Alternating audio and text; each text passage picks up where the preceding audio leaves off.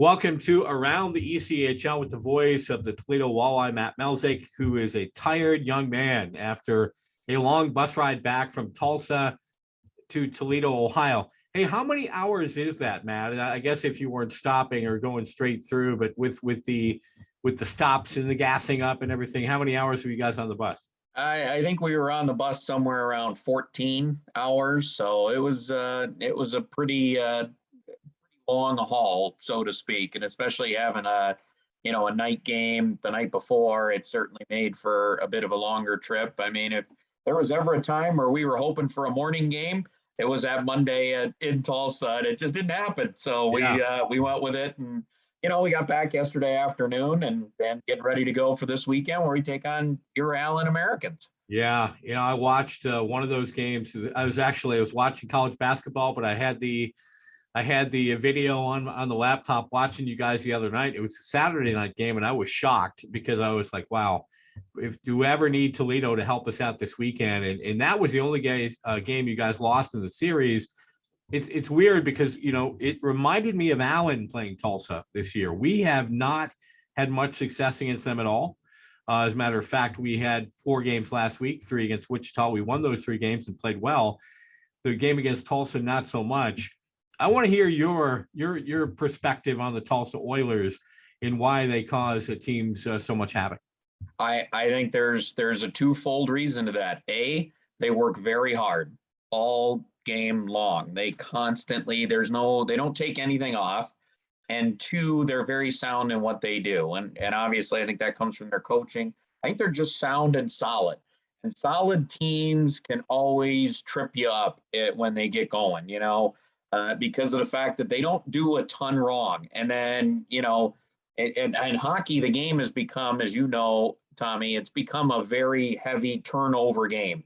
You create turnovers, and that gives you scoring opportunities.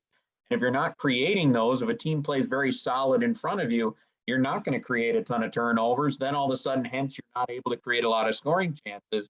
And I think the third part I throw in there is they have very good goaltending, and that always leads to a strong performance. When you're not giving up goals that are, cheapies, you're going to struggle to beat a team multiple times in a row, as we found out.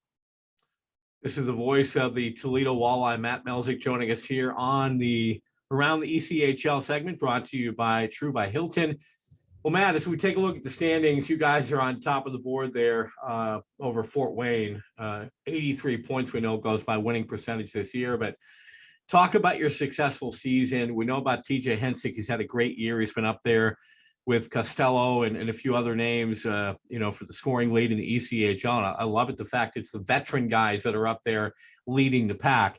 But talk about your season and why it's been another great one in Toledo. Well, let's start with TJ Hensek. I'm glad you brought him up. This is a guy that basically started to get ready for the 2020 season. And then obviously the pandemic hit. We weren't, we decided, hey, we're not going to play in Toledo. And he wasn't sure he was going to play anymore at all. I mean, he's 36 years old now. I mean, he's hit a point in his life where he's like, well, you know what? It might be time. He's got 3 kids at home. He's probably thinking to himself, okay, it's time for me to move on. And then as he got closer to the season, and I think it hit September, and he started thinking, you know what, I'll go skate a little bit. Let's see how it goes. And he started to get that itch again. So you got a guy that hasn't played in a year and a half, really hadn't even skated at all in that time. And then turns around, and in September, he starts skating, and he's like, you know what, Dan, I'm good to go. Let's go. And sure enough, here he is. He's in the league, and he's leading the league in scoring, or right up there at the top. And I'm just amazed when I watch him and his ability to command a game, even at, 36, it's not old. I mean, that feels young probably for you and I. And yet he's in that mix of where he's like, I go out there and I do my thing, and it's fun to watch. It just really is. His vision. He just went over 950 pro games a couple weeks ago. So, I mean, this is a guy that has done it. He's seen everything, and it shows, and he just wants to win. And I think that's a fun thing to watch. Well, when you were describing TJ, I thought you were talking about Chad Costello, mid-30s, a lot of kids, Just didn't know if he was going to come back. And here's Chad Costello, Matt. I mean, amazing story. Had that major injury last year, the knee injury that basically, took his whole season, and you wondered if he would come back. And I think the one thing you never want to do is challenge Chad Costello. If you challenge him, you're done, because we knew he was coming back. As a matter of fact, he was about 2 months ahead of schedule on his rehab, and it took him a bit to get going. As he said, I'm traditionally a slow starter, so don't read anything into this, but he's off to another great start. Not going to hit 125 points like he did back in the 15-16 season, but he's right there in the scoring race this year, which I think is great to people. And I guess we just get spoiled by Chad Costello because he's been such a great player, at this level for a long time, and in Germany and in Europe the last few years. What is the thought about Costello around the league? He's not a big player. He's small at about 5'8.5", 5'9", but man, he plays the game so big. Yeah, and I think you're describing, as you said, TJ Hensek in the same vein. He's not a big guy. He's not going to go in there and rough things up in the corners or do those things, but he's got great vision. I think that's the same with Costello. As someone who's not gotten a chance to see Chad Costello play a lot, come on, Toledo and Allen have played one time all time. Yeah. One time, that's it. Right. So, it's not like you're getting an opportunity to see him play a lot, but I would say he's probably in the same mode as what I'm seeing a lot with TJ Hensek, a guy who's just seen it all. He's done it all. He's been in all those situations. He's just such a visionary out on the ice, I think is a great way to term it. And I think that's going to be fun to watch the two of them go head to head this weekend at the Huntington Center. As the trade deadline approaches here at the end of the month, do you think that the Walleye feel comfortable that they're in a good position where they won't need to make any moves? Or I know coaches say, well, you never want to get comfortable. You always want to see if you can add something to make your team better. Where do you think the Walleye stand as we approach that deadline? Well, I think you've said the same thing. I think there's a lot of pieces that you would look at and go, okay, if I'm Dan Watson, I've got some guys still in the American Hockey League, on defense with Boutros Ghafari and Blake Hillman, that both would be guys that are playing every day in your lineup in the postseason. Forward wise, Brett McKenzie, maybe a Marcus Vela, depends on how their season goes. Those are guys that are going to filter into your lineup, and they're going to play an awful lot of minutes. Josh Dickinson is another one that is on a PTO right now in the American Hockey League. You just got to think, okay, maybe the way you look at it is I am getting a trade deadline when I get a few of those guys back when we get into April and get into the postseason. So I don't know if that would limit us from doing something or however Dan is looking at it. I mean, as you said, coaches always look. They're always thinking, hey, there's got to be a spot I can upgrade a little bit more.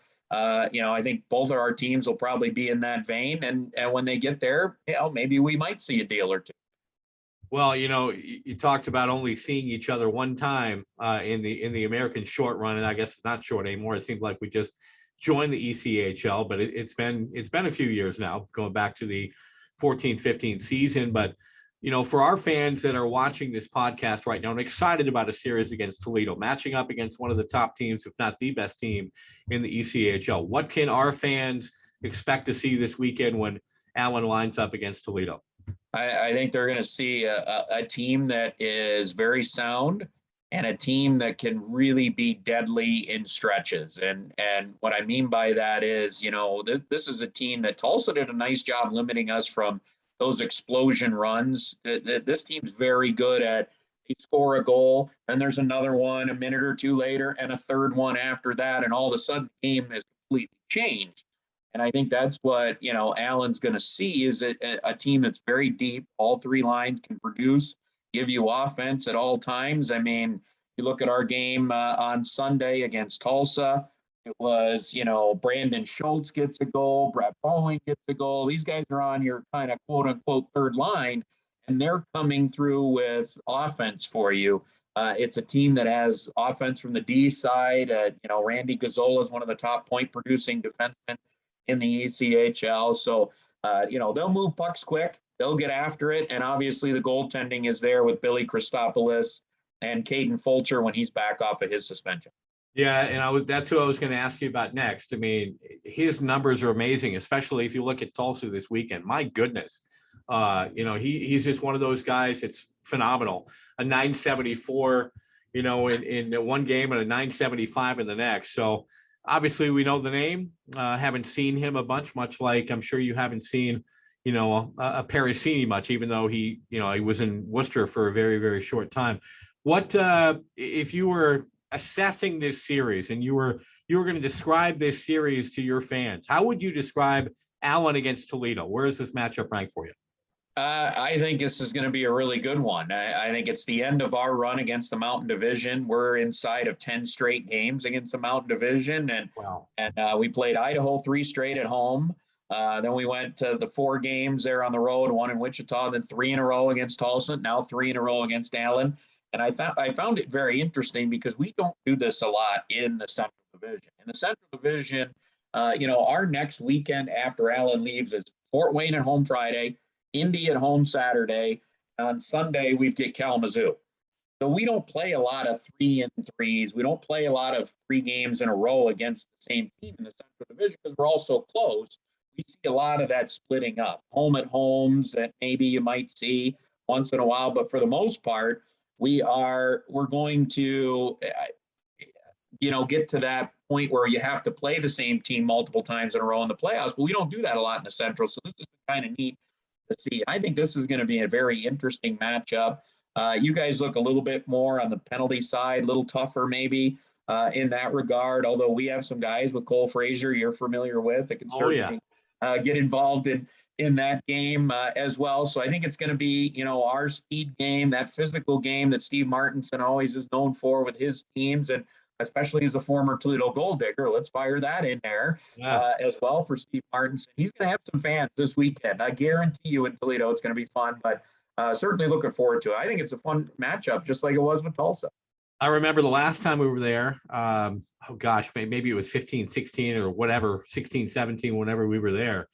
And I had a fan that tracked me down in the concourse, and I'm not sure how he knew I was with Allen. I made a habit of not wearing Americans logos into foreign buildings, especially when you're going to Wichita or Kansas City. You're not greeted very warmly, or at least you wear a coat over the top of it if you're doing it. But this gentleman approached me and said, man, if you could get this card signed for me by Steve Martinson. So I did. I said, you might have to wait here about 10, 15 minutes because it was after the game. And I went down and got the card signed for the gentleman and brought it back up as security was ready to throw him out of the building because it was way, way past exit time. But you're right. And that was one thing that, hit home is, Martinson's got a lot of stories from Toledo. And so no doubt he's looking forward to this weekend as well. I could only imagine. Matter of fact, I think in that when you guys were in January of 2015, I did actually get a chance to interview him for our broadcast. It was great to talk to him. We're very passionate about the history of Toledo hockey, going all the way back to past the Gold Diggers, past the Blades, past the Hornets, even all the way back to the Toledo Buckeyes of the 1940s. There's been such a history of hockey in Toledo, and Steve obviously has been a part of that with his hockey career, and he's going to have a lot of people that are going to be cheering for him a little bit too this weekend. Fun. Well, I'm going to miss being there, Matt. As I told, we had a luncheon yesterday, and I told our fans, I said, one of the top buildings in the league to go visit is the Huntington Center. I rank it up there with Wichita and Tulsa and some of the great buildings I've been to in this league. An amazing press box. You definitely feel like you're calling an NHL game when you broadcast from Toledo. Hey, speaking of broadcasting, not only Matt Melzak is a talented broadcaster, because not only does he call hockey, he's getting ready to call baseball coming up here soon. How do you balance your schedule to where you're getting baseball mode one night, which we know is completely different from calling hockey? It is a little bit of a difference. The hardest part is when you get into where hockey's in the playoffs, and Tommy, that energy just amps up so much. So then one night I'll be calling a playoff hockey game, and you're on, that energy rush and everything's going. And then the next night it's an April baseball game where, it's April, the players, the coaches, they're all like, it's just April, we got a long way to go in a season. So it is a little bit of a difference when you ride that roller coaster during April and May for the playoffs, but you'll go back and forth a lot. I'll have, our opening day is Tuesday, April 5th. We'll do, I'll do a baseball game that night. Obviously, I'll do a hockey game the next night, a baseball game the night after that, and then hockey throughout the weekend. It constantly kind of, you just basically go every day for a while until hockey season's over. And then you get to sneak in a few off days with baseball. And the way they've done the schedule now, we're playing 150 games for baseball this year. So we're going to go all the way till basically the end of September. So it's become basically a year-round broadcast, and not much time to rest the voice. Let's put it that way, Tom.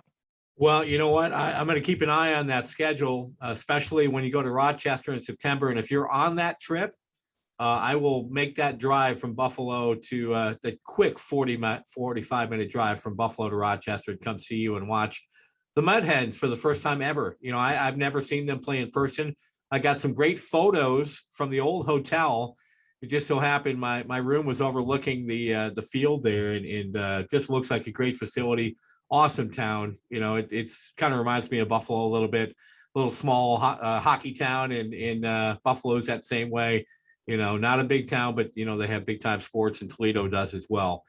Thank you so much for giving us a few minutes of your time. I know after a long road trip, and thank you for taking 2 out of 3 against the Tulsa Oilers. Thank you for beating Wichita. Thank you for, I think you guys had a great series against Idaho as well. Maybe only lost just one in that series. So, Matt, thanks again. You're one of the great broadcasters in this league and a good friend, and I appreciate you always taking time to visit with us. Anytime, Tommy, and sometime we got to tell the schedule makers it's okay to put Toledo in Allen. It's okay. We can go there. It's fine. Well, I'm gonna reach out to Joe Babick and say, shame on you. You sent Melzak to Wichita, and you sent him to Tulsa. Couldn't you send him a little bit further down Highway 75 to what was once the Allen Event Center, now CUTX Event Center? Matt, good luck to you guys. I know you're gonna have a great season, long run in the playoffs. Go easy on us this weekend, and look forward to catching up soon. All right, thank you, Tommy. Appreciate it. Always great to see you, my friend. All right, this is another edition of Around the ECHL, brought to you by TRU by Hilton.